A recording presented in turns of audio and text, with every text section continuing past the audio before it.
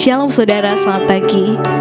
Mari yakini pujian ini, sebab kita percaya bukan karena melihat, namun karena firman-Nya yang tidak pernah berkesudahan dan tidak pernah berubah.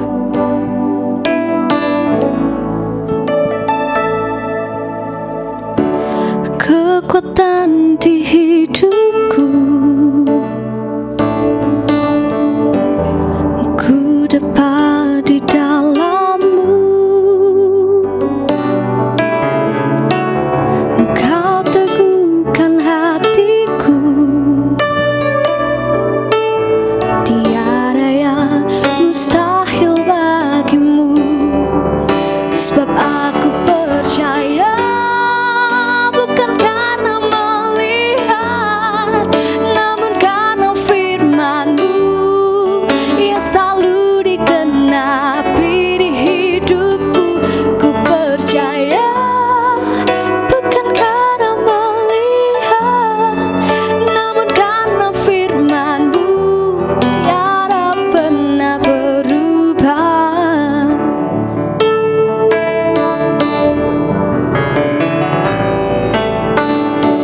Kekuatan di hidupku, ku dapat di dalam-Mu. Engkau teguhkan hatiku, tiada yang mustahil bagimu, sebab aku percaya bukan karena melihat, namun karena firman-Mu yang selalu digenapi di hidupku. Ku percaya bukan karena melihat, namun karena firman-Mu tiada pernah berubah, sebab aku percaya bukan karena melihat, namun karena firman-Mu yang selalu digenapi di hidupku. Ku percaya bukan karena melihat, namun karena firman-Mu tiada pernah berubah, sebab aku percaya bukan karena melihat, namun karena firman-Mu yang selalu digenapi di hidupku. Ku percaya bukan karena melihat, namun karena firman-Mu tiada pernah berubah, namun karena firman-Mu tiada pernah berubah, namun karena firman-Mu tiada pernah berubah. Mari sembah Tuhan saudara.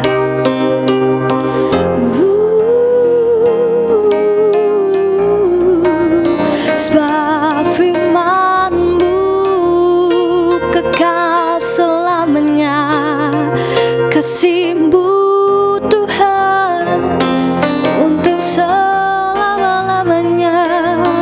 Ku percaya bukan karena melihat, namun karena Engkau Tuhan yang baik, Kau Tuhan yang baik. Haleluya.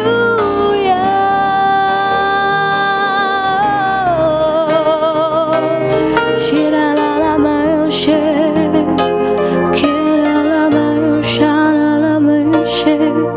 Haleluya.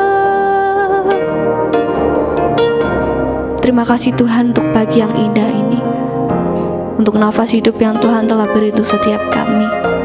Sebentar Tuhan, kami mau dengarkan mendengar firman Tuhan. Kami mau dengarkan suaranya Tuhan. Tuhan yang berbicara untuk setiap kami, sebab kami siap mendengar dan kami siap menjadi pelaku mendengar firman Tuhan. Di dalam satu nama Tuhan Yesus. Haleluya. Amin. Shalom, saudara yang dikasih Tuhan. Mari hari ini kita masih belajar mengenai mengucap syukur. Mari kembali lagi kita buka 1 Tesalonika 5 pasalnya yang ke-18. Demikian bunyi firman Tuhan, mengucap syukurlah dalam segala hal, sebab itulah yang dikehendaki Allah di dalam Kristus Yesus bagi kamu. Saudara, mengucap syukur itu adalah sesuatu yang Tuhan kehendaki, bukan kehendak manusia. Tetapi memang itulah Tuhan itu punya kehendak untuk kita selalu mengucap syukur. Ada sebuah ilustrasi yang sangat bagus sekali, saudara. Dikisahkan ada seorang nenek yang sudah berusia 92 tahun. Dan nenek ini punya kebiasaan setiap hari ketika dia bangun sejak dari mudanya, kemudian ketika dia berumah tangga, bahkan sampai ketika berusia sekitar 70 tahun, suaminya itu pulang ke rumah Bapa di surga. Tapi ada satu hal yang luar biasa yang dikerjakan oleh nenek ini, ya. Dia senantiasa ketika bangun tidur dia selalu berkata, terima kasih Tuhan buat segala yang terjadi, buat segala yang terbaik, buat segala hal yang Tuhan berikan dalam kehidupanku. Itu setiap perlu dia ucapkan. Kemudian dia bangun tidur, ya, dia membersihkan dirinya, kemudian dia senantiasa berdandan rapi, menyisir rambutnya. Bahkan ketika sampai usia 90-an juga dia tetap melakukan seperti itu. Jadi segala hal yang terjadi dalam hidupnya itu dia senantiasa mengucap syukur. Suatu ketika karena dia merasa mungkin kondisi kesehatannya atau mungkin dia tidak punya siapa-siapa lagi untuk dia tinggal bersama-sama dengan orang-orang yang dikasihnya, dia memutuskan untuk tinggal di sebuah panti ureda. Karena dia percaya ketika dia ada di panti ureda, dia masih punya banyak teman, ya walaupun mungkin sama-sama sudah usia lanjut. Ya, suatu ketika mau berangkat ke panti ureda, dia diantar oleh tetangganya, dan begitu sampai di panti ureda, dia belum bisa masuk ke kamarnya, tetapi dia diminta untuk menunggu beberapa saat karena akan dipersiapkan dulu kamarnya bagi dia. Di tengah-tengah menunggu, dia tetap menaikkan syukur kepada Tuhan. Tuhan, Engkau baik. Tuhan, Engkau baik. Senantiasa itu yang diucapkan dalam hidupnya.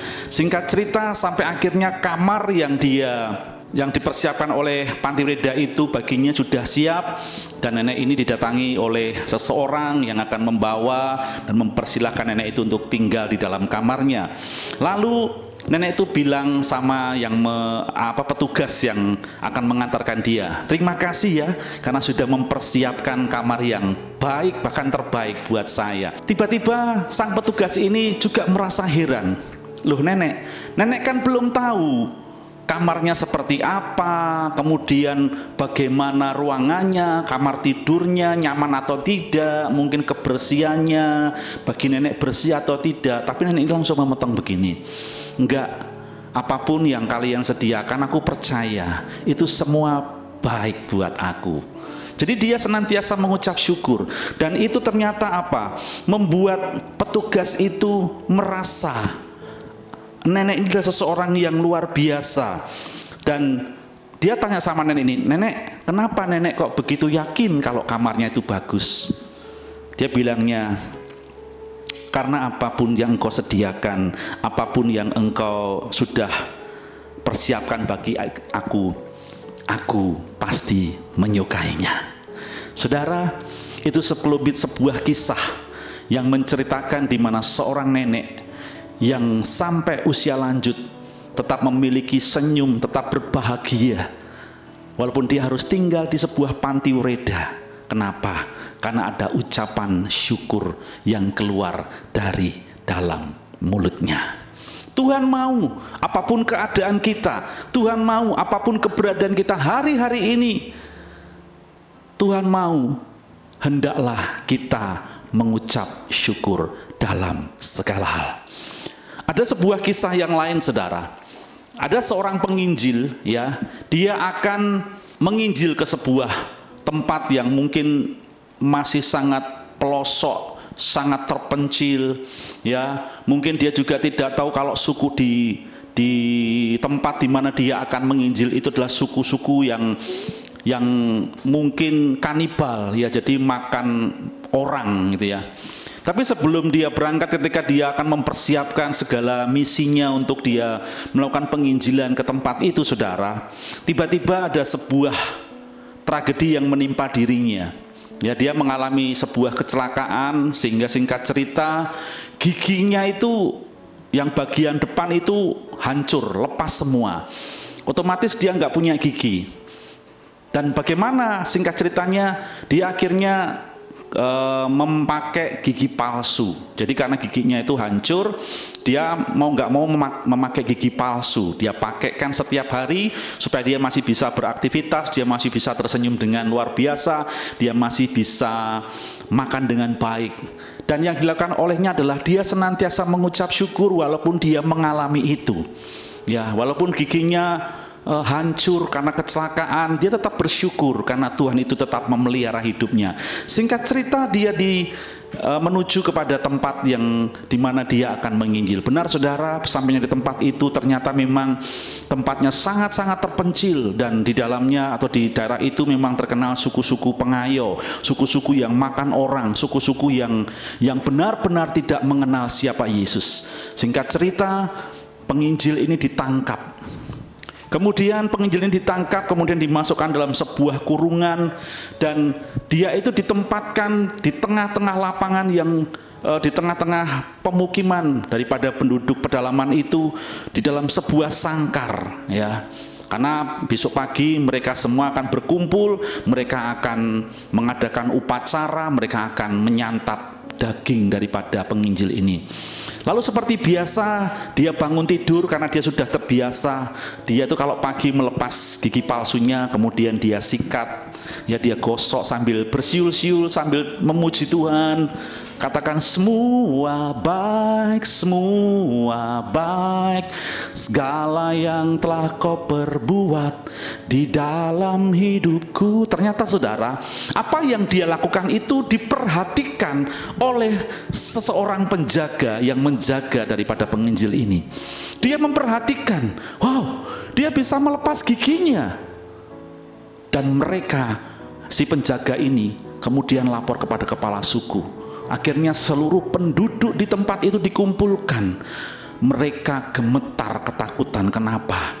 Karena yang mereka tangkap bagi mereka adalah orang yang sakti, seorang dewa. Lalu mereka minta maaf sambil menyembah. Kemudian si penginjil ini dilepaskan karena baginya penginjil ini sakti, bisa melepas giginya. Saudara, dan singkat cerita akhirnya dia bisa menginjili daerah itu dengan baik, dengan aman.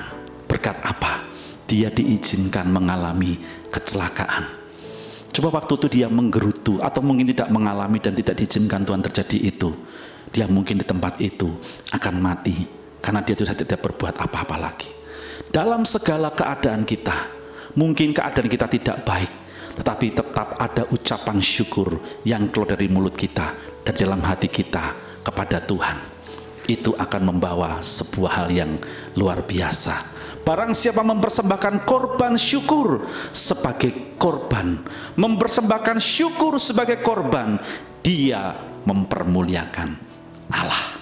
Amin saudara. Untuk itu mari, bagaimanapun keadaan kita, dalam keadaan baik maupun diizinkan tidak baik, kelebihan atau diizinkan kekurangan, tetaplah mengucap syukur. Karena itulah yang dikehendaki Tuhan buat kita.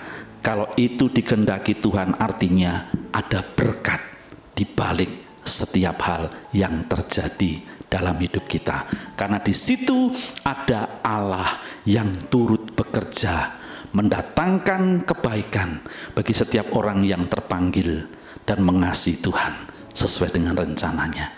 Demikian firman Tuhan hari ini, biarlah menjadi rema buat setiap kita. Dalam nama Tuhan Yesus, haleluya, amin.